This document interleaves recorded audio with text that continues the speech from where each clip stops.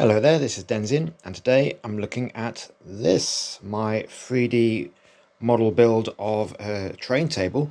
This is for this particular game, Empire of the Dead. It's been out for a few years now, quite an old game. It's a steampunk gothic horror Victoriana skirmish game. So to do it justice, I have been working on a table for it. Now, when you play this game, you have a table that you can roll on to see what sort of terrain you're fighting on. So you have a residential area, you have a sort of dockland, sort of warehousey zone, an industrial area. There could be the countryside, could be the sewers, or it could be a garden, a park. So I've put together what I think would make a good residential area. And this has been done using some old MDF buildings I already had, and some 3D printing that I've recently got done.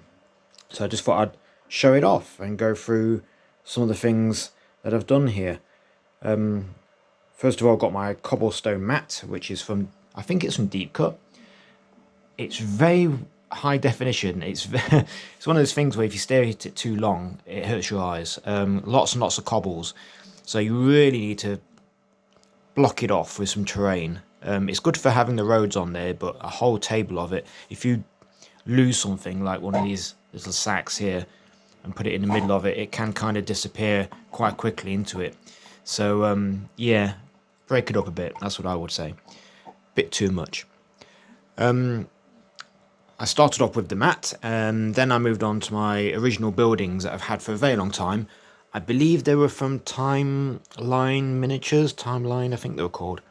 They're MDF. They're really reasonable as well. They're about £25 or something like that for a row of houses like this, which includes the roofs coming off. There's a little level inside, but just to put minis inside, but it's not detailed. The pub is a bit more detailed. There's a whole bottom floor to that, so you can stick furniture in there, and then there's a number of rooms on top, and then there's a row of shops as well that are over here. I tried to make them a bit more interesting by using a Sarissa Precision stencil to add bricks texture, which you can see. And I really scummed them up a bit, made them look really dirty, and added some steampunk posters on the side, just put it in character. I added some drain pipes as well, which is just a bit of wood, really, just to break up the flatness of the MDF. Same with the pub. And I've added labels, of course. Star prize for anyone who spots the reference of the lamb and flag. Obviously it's kicking out time there. Sort those ne'er-do-wells out. I also had from Sarissa this little buttercross thing, which looks good as for a little garden. So I've got a little grave. I think these are from Grendel, Scotia. They're really old. Had them since the 90s for some graves. Just a bit of simple matting down. Just to add a bit of green to all the cobblestones, and a bit of hedgerow, a bit of greenery. I suppose you could have a few trees on here as well, couldn't you? I suppose a little bench as well. I think that's from Sarissa as well, possibly. There's some market stores here which are 3D printed, but they're from Irongate Scenery, who do quite a lot of good incidental bits of terrain like this. Very good for fantasy. There's a meat store there. As well as historical.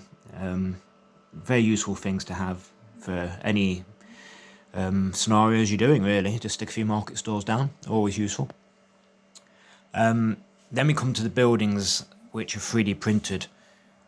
Hartolia on my mini factory, so where I got these from.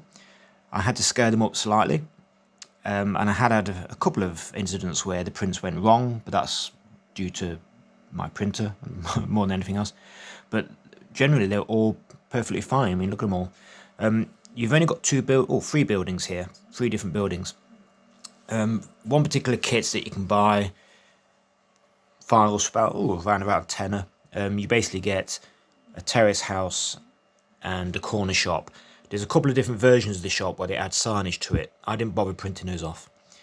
You also get it where you can have the roof removable with an inside, so you can put people on the top floor. I didn't bother with that, didn't feel the need, to be honest. Or you can print it as one solid thing. I had a problem with that when I printed. I did one of them as a solid thing with the roof attached.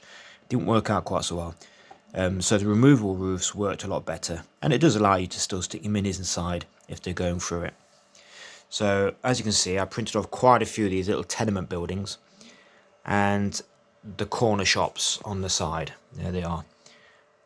And as you can see, I've added posters from the time period. I've added some signage. So I've got my little curiosity shop there. And I really like painting brick. I don't know why.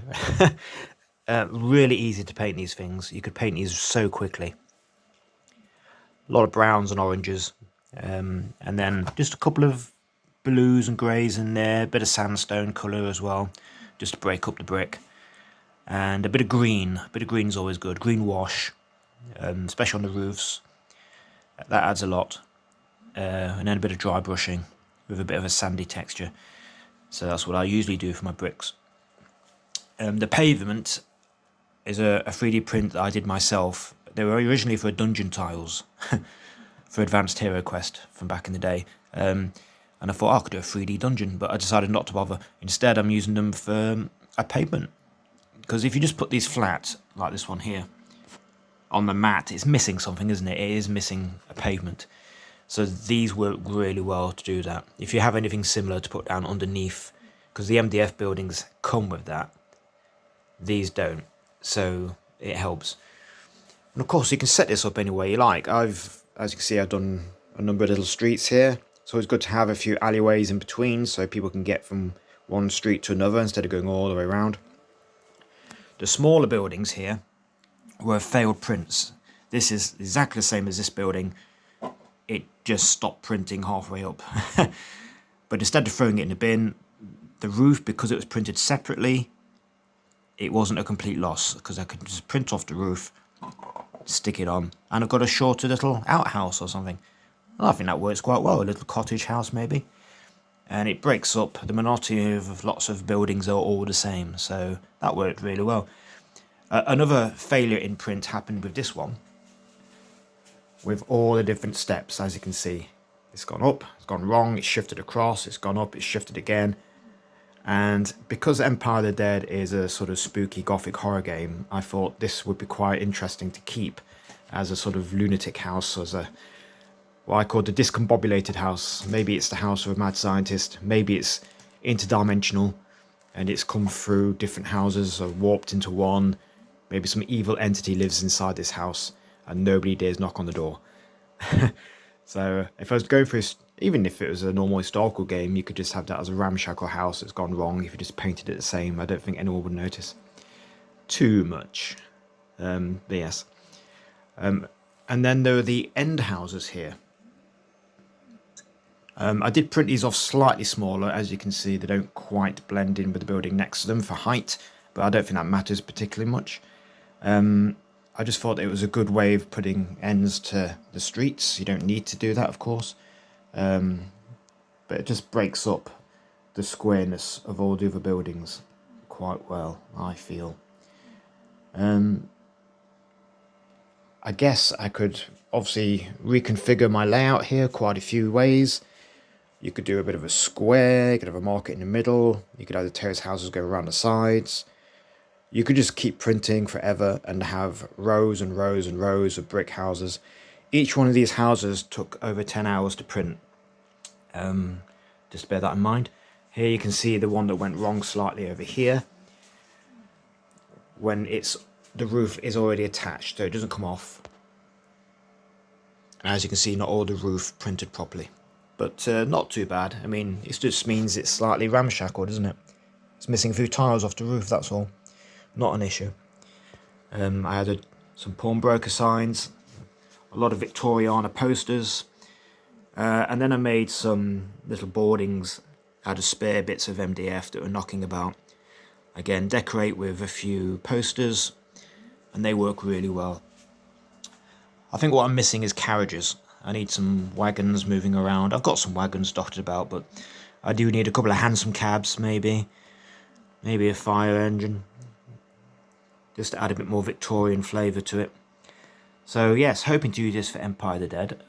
But again, you could use this for other games that maybe are steampunk related, but also modern day. You know, these houses still exist in the UK. We still have lots of terrace blocks like this. You stick a few wheelie bins outside, use a different mat, stick a few cars outside, and you're there, aren't you, really? So not an issue. So it could be modern, could be Victoriana. But I'm really pleased with the table. Maybe you've got a few comments. Maybe you think maybe I should add something that I haven't got. Lampposts, that's what. I've got one lamppost with this lady of dubious morals leaning against it. So yes, maybe a few lampposts are in order. That's something to look for. But let me know what you think. So thanks for watching, and I shall see you again.